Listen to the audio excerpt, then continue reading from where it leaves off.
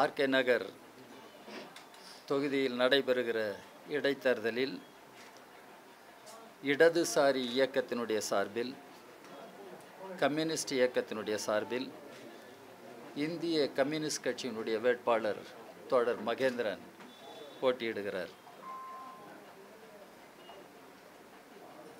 இந்தியாவின் இன்றைய அரசியல் சூழலில் இடதுசாரி ஒற்றுமை வலியுறுத்தப்படுகிற இன்றைய சூழலில் கம்யூனிஸ்ட் இயக்கத்தினுடைய ஒற்றுமை வலியுறுத்தப்படுகிற இந்த சூழலில் தமிழ்நாட்டினுடைய தலைநகரம் சென்னையில் ஒரு தொகுதியில் நடைபெறுகிற இடைத்தேர்தலில் இடதுசாரி சக்திகள் எல்லாம் ஒன்றுபட்டு களத்தில் நிற்கிறார்கள். இந்த தேர்தல் தமிழ்நாட்டினுடைய எதிர்கால அரசியலின் மீது ஒரு வலுவான தாக்கத்தை ஏற்படுத்த இருக்கிறது. இந்த தொகுதியில் நேற்றைய தினம் சில இடங்களை நான் பார்வையிட நேரிட்டது. இன்றைக்கும் சில இடங்களை நான் பார்த்தேன். தேர்தல் ஆணையமே சில அறிவிப்புகளை செய்திருக்கிறது. கையூட்டு பெறாமல் மனசாட்சிப்படி ஜனநாயகம் காத்திட வாக்களியுங்கள்.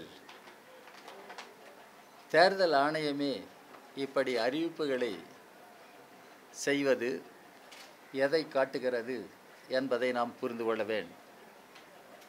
தமிழ்நாட்டு அரசியலில் தேர்தலில் பணம் ஒரு ஆயுதமாக பயன்படுத்தப்படுகிறது. குறிப்பாக இடைத்தேர்தல் என்று வருமானால் பணம் ஒரு பேராயுதமாக பயன்படுத்தப்படுகிறது. அதிகாரம் ஒரு பேராயுதமாக பயன்படுத்தப்படுகிறது.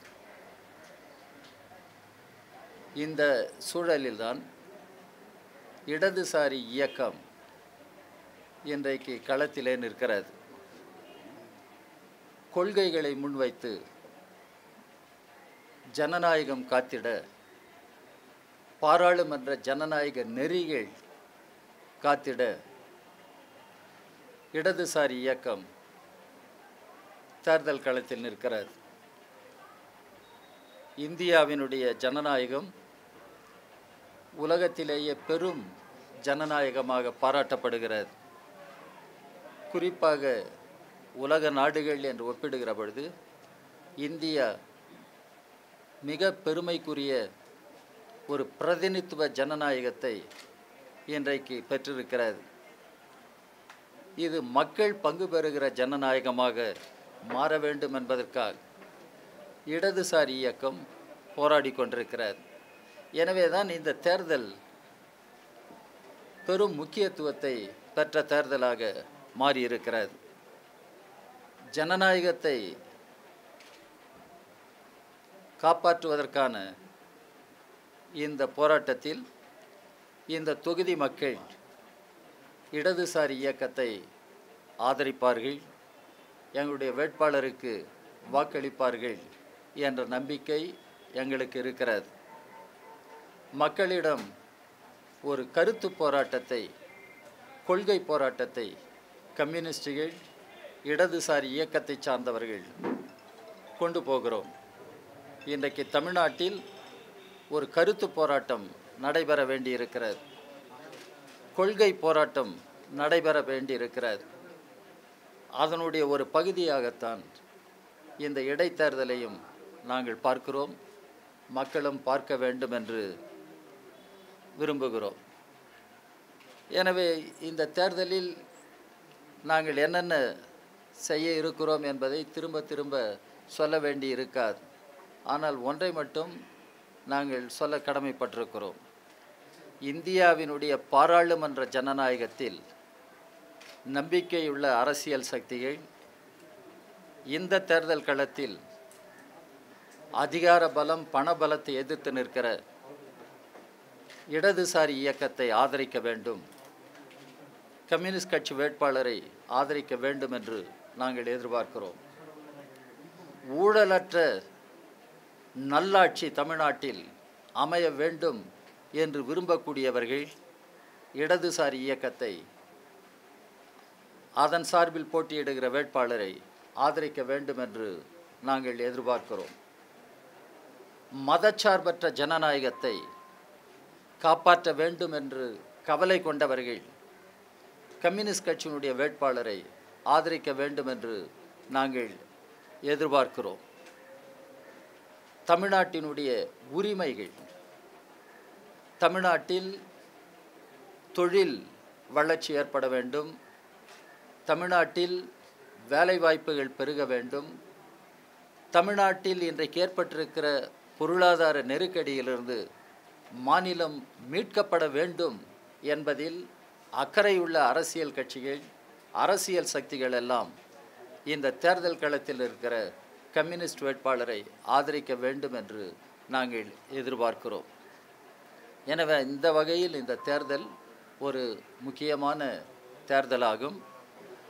பத்திரிகையாளர்கள், ஊடகங்களை சார்ந்தவர்கள் இன்றைக்கு நடைபெறுகிற கருத்து போராட்டத்தை மக்களிடம் சொல்லுவதில் நீங்களும் உங்களுடைய ஜனநாயக கடமையை ஆற்ற வேண்டும் என்று நான் உங்களை பணிவோடு கேட்டுக்கொள்கிறேன். இதுவரைக்கும் தேர்தல் ஆணையத்தோட செயல்பாடுகள் திருப்திகரமாக இருக்கா சார்? தேர்தல் ஆணையம் இப்போதைக்கு பல இடங்களில் அறிவிப்புகளை வைத்திருக்கிறது. மனசாட்சிப்படி ஜனநாயகம் காத்திட வாக்களியுங்கள், கையூட்டு பெறாதீர்கள் என்று தேர்தல் ஆணையம் அறிவிப்புகளை வைத்திருக்கிறது. அடுத்து வரக்கூடிய நாட்களில் தேர்தல் ஆணையம் எப்படி செயல்பட இருக்கிறது என்பதை நாம் பார்க்க வேண்டும். To conduct free and fair poll is the responsibility, the constitutional responsibility and duty of the Election Commission. இதனை தேர்தல் ஆணையம் இடைத்தேர்தலில் எப்படி செய்ய இருக்கிறது என்பதை நாம் பொறுத்திருந்து பார்க்க வேண்டும். இன்றைக்கு அமைச்சர்கள் முகாமிட்டிருப்பது, அதிகாரிகள் இந்த தொகுதியில் முகாமிட்டிருப்பது தேர்தல் ஆணையத்திற்கு தெரியாதது அல்ல. தேர்தல் ஆணையம் இவற்றையெல்லாம் தெரிந்துதான் இந்த அறிவிப்புகளை செய்திருக்கிறது. இவை வெறும் அறிவிப்புகளாக தேர்தல் ஆணையத்தினுடைய பாத்திரம் குறித்து யாராவது கேள்வி கேட்டால் அவர்களுக்கு சொல்லுவதற்காக மட்டும் இந்த அறிவிப்புகள் இருப்பது கூடாது. தேர்தல் ஆணையம் உண்மையிலேயே செயல்பட வேண்டும். அதிகார துஷ்பிரயோகம், பணபலம் இவற்றை பயன்படுத்துபவர்கள் யாராக இருந்தாலும் அதனை கட்டுப்படுத்துவதற்கும் சட்ட ரீதியாக அவர்கள் மீது நடவடிக்கை எடுப்பதற்கும் தேர்தல் ஆணையம் செயல்பட வேண்டும். தேர்தல் ஆணையம் எப்படி நடந்து கொள்ள இருக்கிறது என்பதை வரக்கூடிய நாட்களில் நாம் பார்க்க வேண்டும்.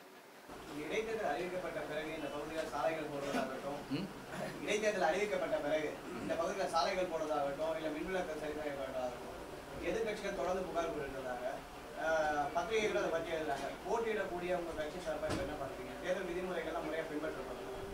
எழுத்துப்பூர்வ புகார் வேற வரலன்றாங்க. இது வரைக்கும் எழுத்துப்பூர்வ புகாரே வரல. இது ரொம்ப ஒரு முக்கியமான கேள்வி மட்டுமல்ல, ஊடகங்களுக்கு தெரியாது இதில் எதுவுமே கிடையாது. அநேகமாக அத்துமீறல்கள் அனைத்தையும் பிரிண்டட் மீடியா, அச்சு ஊடகம், அதை போலவே நம்முடைய காட்சி ஊடகம், இவை இரண்டும் நேரடியாகவே எடுத்து ஆதாரங்களை முன்வைத்திருக்கிறது.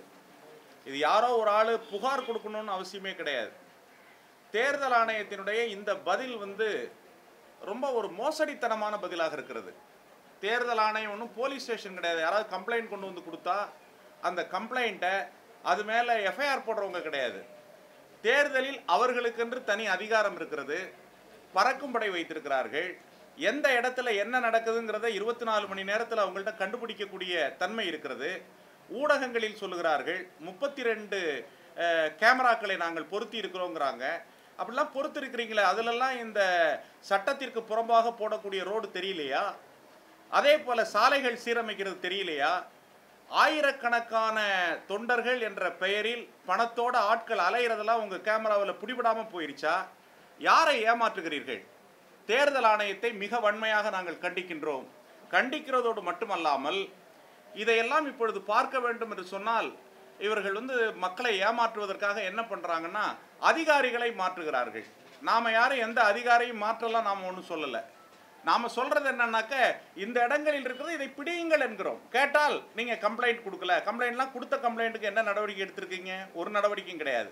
அதனால் தேர்தல் ஆணையம் புகாரின் அடிப்படையில் செயல்படக்கூடிய ஒரு அமைப்பு அல்ல அது.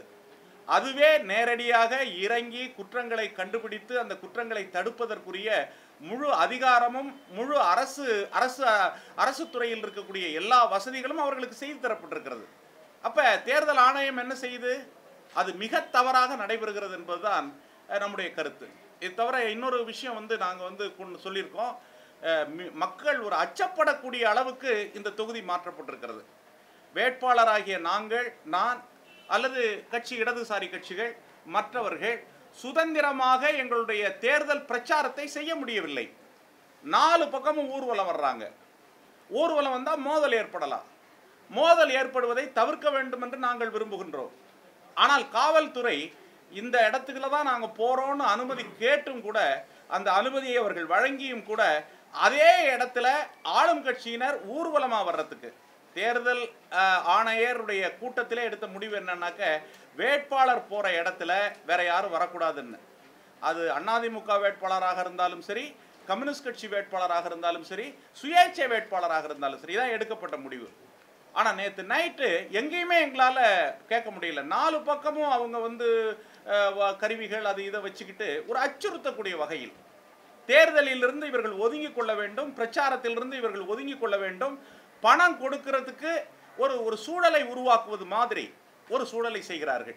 இது தேர்தல் ஆணையத்துக்கு இது ஒரு பெரிய அவமானமாக, தங்களுடைய கடமையை அவர்கள் செய்யவில்லை என்பதாகத்தான் எங்களுடைய இந்திய கம்யூனிஸ்ட் கட்சி, மார்க்சிஸ்ட் கம்யூனிஸ்ட் கட்சி, அதே போல மற்ற இடதுசாரி கட்சிகள் எல்லாரும் நாங்கள் கருதுறோம். கால்லாம் எதுவும் அல்ல, மிரட்டல் கால் வரல. வேற எது மிரட்டல் காலெல்லாம் விவரம் தெரியாத ஆளுங்க செய்யக்கூடிய விஷயம். மிரட்டுறதுக்கு அவங்களுக்கு ஆளுங்கட்சிக்கு சுதந்திரமாகனா ஊர்வலம் போறதுல தடை இருக்கு. கார்களை கொண்டு போட்டுறாங்க. தொண்டர்கள் எங்களுடைய தொண்டர்கள் ரொம்ப வேலை செய்யறதுக்கு தடை ஏற்படுது. இந்த மாதிரியான விஷயங்கள் இதுதான் அவங்களுடைய முக்கிய. இதுல பிரச்சனை என்னன்னு கேட்டா, இந்த தேர்தல் ஆணையம் போட்டியிடுகிற கட்சிகளோ அல்லது போட்டியிடுகிற வேட்பாளர்களோ அல்லது இந்த பகுதியை சார்ந்த மக்களோ புகார் அளிக்க வேண்டும் என்று காத்திருக்க வேண்டிய அவசியமில்லை. புகார் கொடுத்தால்தான் நடவடிக்கை எடுக்க வேண்டும் என்பது அல்ல. தேர்தல் போக்கு தொடங்குமானால், தேர்தல் நடைபெறுவது, தேர்தல் நடைமுறை தொடங்குகிறது என்றால் அந்த நேரத்திலேயே தேர்தல் ஆணையம் இந்த தொகுதி முழுவதற்கும் பொறுப்பாகிறது. நிர்வாகம் தேர்தல் சுதந்திரமாகவும் நேர்மையாகவும் நடைபெற வேண்டும் என்பதை உறுதி செய்கிற பொறுப்பும் கடமையும் அரசியல் சட்டத்தால் தேர்தல் ஆணையத்திற்கு கொடுக்கப்பட்டவை. எனவே தேர்தல் ஆணையத்திற்கு அவை உண்டு. எனவே தேர்தல் ஆணையம் தானாகவே செயல்பட வேண்டும். புகார் வருகிறதா என்று காத்திருக்க வேண்டிய அவசியம் இல்லை. அப்படி தேர்தல் ஆணையம் சொல்லுமானால் அரசியல் சட்ட அதிகாரங்களை தேர்தல் ஆணையம் சரியாக செயல்படுத்தவில்லை என்று பொருளாகும். எனவே தேர்தல் ஆணையம் தானாகவே நடவடிக்கைகளை எடுக்க வேண்டும். சுதந்திரமான நேர்மையான தேர்தலை நடத்துவது தேர்தல் ஆணையத்தின் பொறுப்பு, தேர்தல் ஆணையத்தின் கடமை. இன்றைக்கு ஆர்கே நகர் தொகுதியில் சுதந்திரமான நேர்மையான தேர்தல் நடைபெறுமா என்பதுதான் பெரிய கேள்வியாக வந்திருக்கிறது. அங்குதான் பணபலம் மட்டுமல்ல, அதிகார துஷ்பிரயோகம், களத்தில் இருக்கிற அடுத்த கட்சிகள் அல்லது அடுத்த வேட்பாளர்களை சுதந்திரமாக செயல்பட விடாமல் தடுப்பது, இவை அனைத்தும் உள்ளாகின்றன. இதற்கு தேர்தல் ஆணையத்தினுடைய பதில் என்ன? இதுதான் பிரச்சனை. மற்ற கட்சிகளோட ஆதரவு கேட்டிருக்கீங்க. திமுக பிரதான கட்சிகளுக்கு எல்லாம் நேரடியாக போய் சந்திச்சு ஆதரவு கேட்குற மாதிரி ஏதாவது ஐடியா உங்களுக்கு இருக்கா? திமுக தலைவர் உங்களுக்கு உரிய பதில் பதில் சொல்லலை, ஆதரவு கொடுக்குறது சம்பந்தமாக பதில் சொல்லலை. உங்களோட பிளான் எப்படி இருக்கும்? நான் வேட்பாளரை அறிமுகப்படுத்திய அன்றைக்கும் சொன்னேன், இன்றைக்கும் சொல்லியிருக்கிறேன். சில கொள்கை நிலைகளை முன்வைத்து இடதுசாரி இயக்கம் களத்திலே நிற்கிறது. நாங்கள் சொல்லுகிற கொள்கைகளை ஆதரிப்பவர்கள், அந்த கொள்கைகளில் நியாயம் இருக்கிறது என்று நம்பக்கூடியவர்கள் யாராக இருந்தாலும், எந்த கட்சியாக இருந்தாலும் எங்களுக்கு ஆதரவினை தரலாம். அது அவர்களுடைய விருப்பம். இப்பொழுது கூட பலர் ஆதரவு தெரிவிப்பதாக அவர்களாகவே அறிவித்திருக்கிறார்கள். நான் பத்திரிகைகளில் பார்த்தேன், நேரடியாகவும் சந்தித்திருக்கிறார்கள். திராவிடர் கழகம் ஆதரவு அளிப்பதாக அறிவித்திருக்கிறது. திரு சீமான் நாம் தமிழர் இயக்கம் ஆதரவு அளிப்பதாக அறிவித்திருக்கிறார்கள். எனவே இன்றைக்கு பாராளுமன்ற ஜனநாயக நெறிகள், ஊழலற்ற நல்லாட்சி தமிழ்நாட்டில், மதச்சார்பற்ற ஜனநாயகம், மாநில நலன்கள், உரிமைகள், இன்றைக்கு தமிழ்நாடு இருக்கிற பொருளாதார நெருக்கடியிலிருந்து மாநிலத்தை மீட்டெடுப்பது, இந்த கொள்கைகளில் யாருக்கெல்லாம் உடன்பாடு இருக்கிறதோ அவர்கள் இடதுசாரி இயக்கத்தை ஆதரிக்க வேண்டும். இதே நிலைப்பாடு இந்த இடைத்தேர்தல் மட்டும்தானா, இல்லை இன்னும் சில மாதங்கள் வரப்போற பொது தேர்தலுக்கும்? பொது தேர்தல் வருகிற பொழுது கூட இடதுசாரி இயக்கம் ஒன்றுபட்டு செயல்பட வேண்டும் என்பதுதான் எங்களுடைய நிலை. ஏற்கனவே கடந்த பாராளுமன்ற தேர்தலிலேயே இந்திய கம்யூனிஸ்ட் கட்சி, மார்க்சிஸ்ட் கம்யூனிஸ்ட் கட்சி நாங்கள் ஒன்றுபட்டு தான் களத்தில் நின்றோம், தேர்தலை எதிர்கொண்டோம். வரக்கூடிய காலத்திலும் இடதுசாரி கட்சிகள், கம்யூனிஸ்ட் இயக்கங்கள் எல்லாம் ஒன்றுபட்டு இருக்க வேண்டும் என்றுதான் நாங்கள் வலியுறுத்தி வருகிறோம். பொது தேர்தல் வருகிற பொழுது நீங்களே புரிந்து கொள்வீர்கள். So one of the main reasons why parties like DMK and PMK are not taking part, the reasons they're giving is they don't believe that the election commission will have fair and square elections. Despite these allegations, do you think there will be fair and square, considering you're one of the only other parties that are taking part in the election? Free and fair election is an issue. Since election commission is helpless in some respects, you cannot say we will keep away from elections. I don't think it is a correct position, because we have adopted the constitution in the year 1950. Since 1952 onwards, we have been holding elections to the parliament, elections to the state assemblies. There are problems. There are many things to be done to improve our electoral system. And there are many things to be done to strengthen the election commission. But these are all issues. Because there are issues, you cannot boycott the elections, you cannot keep away. If this position is justified, then when general elections are announced, will the parties keep away, boycott the elections? That time also, the failure of election commission to conduct free and fair elections can come up. So we should have a principled position. India is a parliamentary democracy. And as communists, we are defending the parliamentary democracy. And we are saying it should be strengthened. It should be defended. And in order to defend parliamentary democracy, strengthen parliamentary democracy, you must be in the field. You cannot be out of the field. So this is the third election. This is the third election in Tamil Nadu alone where the accusation over the election commission is happening like that money is being distributed. What is going to be the solution for this, or are you going to keep on saying for all the elections coming up? No, if we discuss streamlining of electoral system, it is a larger issue. Whether I can get into such a debate, discussion now, that you will have to decide, because the electoral system needs to be improved, and it is not just confined to one by-election in Tamil Nadu. I am talking, it is a larger issue at national level. Even there is a demand, we should go for proportional representation system. And when communist leader Indrajit Gupta was Home Minister in the Parliament, when Indrajit Gupta, and under him a committee was constituted. A committee was constituted. That committee has proposed it is time India should move towards state funding of elections. And there must be level playing field to all political parties. And that is possible when we move towards state funding of elections. These are all larger issues. That's why I am not getting into that debate. Now, right now, I am concerned with RK Nagar by-election. Here, the Election Commission is aware how the power is misused. The political power is misused. Administrative power is misused. How money power is used just to hoodwink the voters. Election Commission is aware of this. And we want the Election Commission to act on its own. It doesn't need to wait for complaint to come to Election Commission. Election Commission can act. It should act firmly.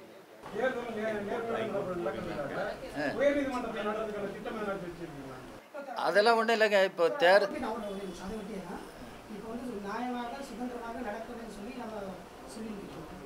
ஆனால் தேர்தல் மாவட்ட அதிகாரி வந்து காவல்துறைக்கு, அதாவது எந்த கட்சி வேட்பாளர்கள் எந்த பக்கம் போடுறாங்களோ அவர்களுக்கு மட்டும் அந்த ஃபர்ஸ்ட்ல அதாவது முதல்ல கொடுத்தவங்களுக்கு முன்னுரிமை அளிக்கப்படும் சொல்லி காவல்துறை.